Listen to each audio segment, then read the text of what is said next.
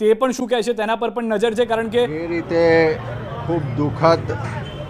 ભયજનક અને આઘાતજનક ઘટના બની છે કે અમદાવાદથી લંડન જતી ફ્લાઇટ ટેક ઓફ થયાની ગણતરીની મિનિટોમાં ક્રેશ થઈ અને ક્રેશ થઈને પણ જે MBBSના સ્ટુડન્ટ્સ છે એ ડૉક્ટરોના બિલ્ડિંગ પર આ પ્લેન ક્રેશ થયું એટલે બંને તરફ જાનહાનિ થઈ, ખૂબ મોટા પ્રમાણમાં જાનહાનિ. જે વિમાનમાં સવાર હતા યાત્રિકો એમની જાનહાનિના ખબર છે. સાથે સાથે હમણાં જ હોસ્પિટલમાં મુલાકાત લઈને અનેક ઘાયલ વિદ્યાર્થીઓ સાથે પણ વાત થઈ. એમના કહેવા મુજબ એમના સાથીઓ બધા જ જે જમવાના સમયે મેસમાં સાથે ભોજન લઈ રહ્યા હતા એ વિદ્યાર્થીઓમાંથી પણ કેટલાક લોકોના જાન ગયા છે, અનેક લોકો ઘાયલ થયા. આપણા સૌના માટે ખૂબ દુઃખદ ઘટના છે.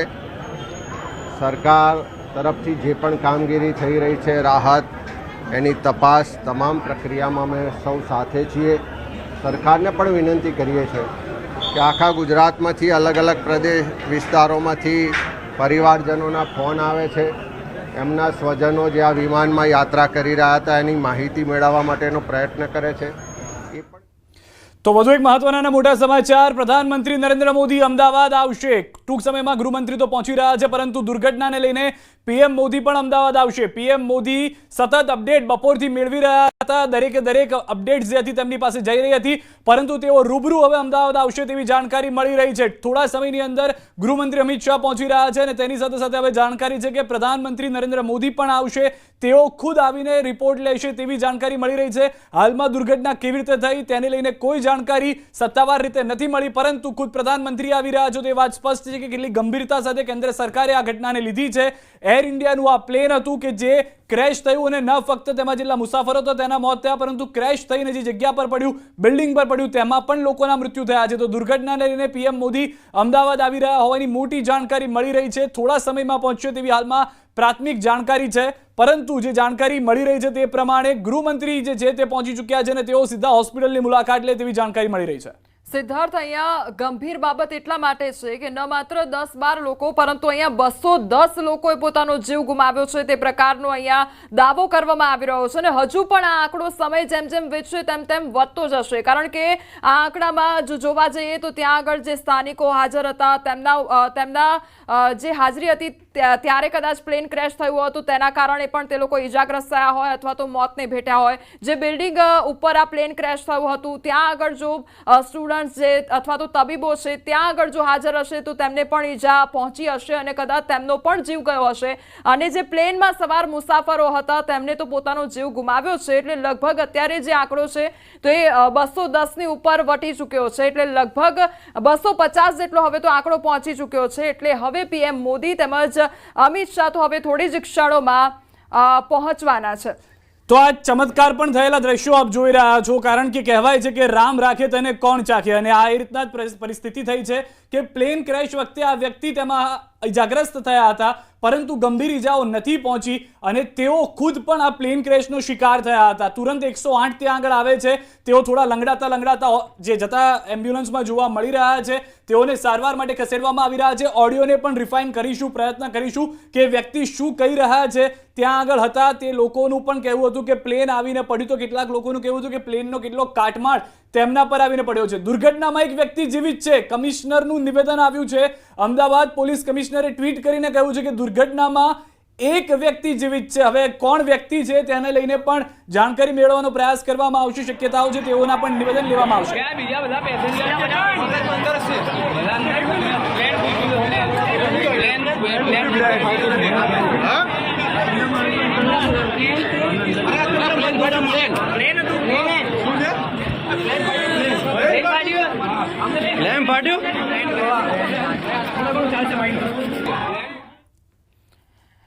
એટલે આ તસવીરો તમે જુઓ એમાં સિદ્ધાર્થ આપણે જોઈએ તો આ વ્યક્તિ જ્યારે બચીને બહાર આવ્યા છે અને ભલે એમને ચાલવામાં તકલીફ થઈ રહી છે પરંતુ કદાચ એમના પરિવારજનો જેમને મળ્યા હશે તેમને અત્યારે કેટલી ખુશી થઈ રહી હશે કારણ કે એ પોતાના વ્યક્તિ હતા જે હેમખેમ પાછા આવી રહ્યા છે કારણ કે અત્યાર સુધી કોઈ એવું વ્યક્તિ નથી કે જે બચ્યું હોય અથવા તો આ પ્રકારનું નિવેદન સામે આવ્યું હોય કે જે વ્યક્તિ અત્યારે બચી ગયા છે અથવા તો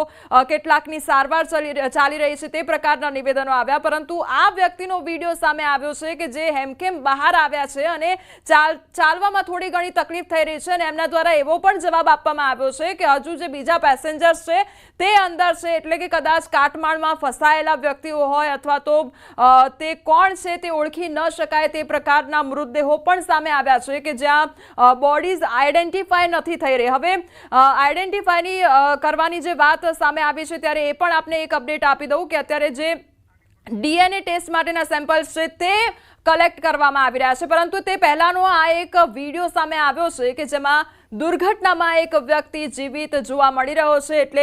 ભગવાનની એના ઉપર જાણે મહેરબાની હોય તે પ્રકારની અહીંયા પરિસ્થિતિ સામે આવી છે કારણ કે 230 જેટલા જે મુસાફરો હતા તે વિમાનમાં સવાર હતા અને જે ક્રૂ મેમ્બર્સ હતા પાયલટ હતા તે પણ એ વિમાનમાં સવાર હતા અને તેમાંથી આ એક વ્યક્તિ બહાર આવ્યો છે અને એક વ્યક્તિનો વિડીયો સામે આવ્યો છે ત્યાં જે લોકો હાજર છે તેમના દ્વારા સવાલ પણ કરવામાં આવે છે કે બીજા લોકોનું શું થયું અથવા તો શું થયું હતું તમારી સાથે તો તેમના દ્વારા એ જ જવાબ આપવામાં આવ્યો છે કે વિમાનમાં ધડાકો થયો હોય તે પ્રકારની પરિસ્થિતિ થઈ હતી અને જે બીજા પેસેન્જર્સ છે તે અત્યારે અંદર છે એટલે તેમને પણ કદાચ ખ્યાલ નહીં હોય કે મારી સાથે શું થઈ રહ્યું છે અથવા તો હું શું કરું એ ગુંગળામણ અનુભવી રહ્યા છે એ સમજી નહીં શક્યા હોય કે મારી સાથે શું થઈ રહ્યું છે અચાનક આ અવાજ અચાનક આ નીચે પટકાયા હશે અને ત્યારબાદ એટલા માટે તમને ચાલવામાં સિદ્ધાર્થ તકલીફ થઈ રહી છે કારણ કે એ જર્ક વાગ્યો હોય કદાચ એ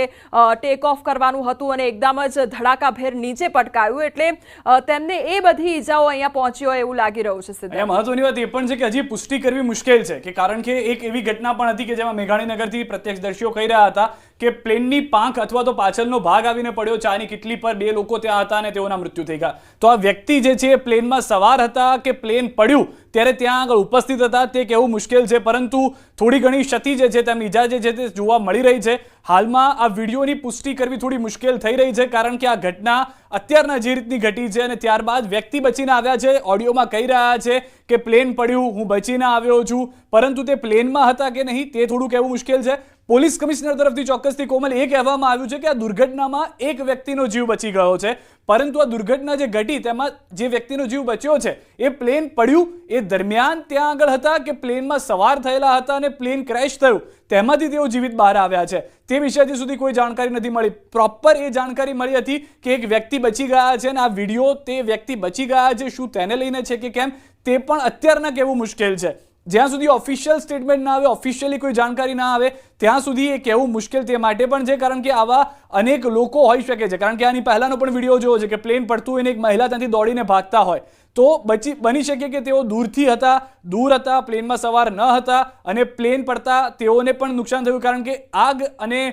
ધુમાડો એટલો હતો કે 5-6 કિલોમીટર દૂર સુધી જોવા મળતો હતો આપે પણ જ્યારે ન્યૂઝ જોયા સૌથી પહેલા બપોરે 1:30 વાગ્યા જ્યારે સમગ્ર ઘટના ઘટી તો આસપાસના 10 કિલોમીટર દૂરથી સમાચાર આવ્યા હતા વિડીયોઝ આવતા હતા કે અહીંયાથી પણ ધુમાડાના ગોટે જોવા મળી રહ્યા છે કારણ કે 58,000 લીટર ફ્યુલ લઈને આ પ્લેન ઉડ્યું હતું અને ટેક ઓફ થતાની સાથે જ આ ઘટના ઘટી હતી એટલે અત્યારના થોડું કહેવું મુશ્કેલ છે પરંતુ જી હા આપે જે રીતે કીધું ચમત્કાર થયો છે એક વ્યક્તિ બચી ગયા છે જે જાણકારી ખુદ પોલીસ કમિશનર તરફથી ટ્વીટ કરીને પણ આપવામાં આવી છે હવે પોલીસ કમિશનર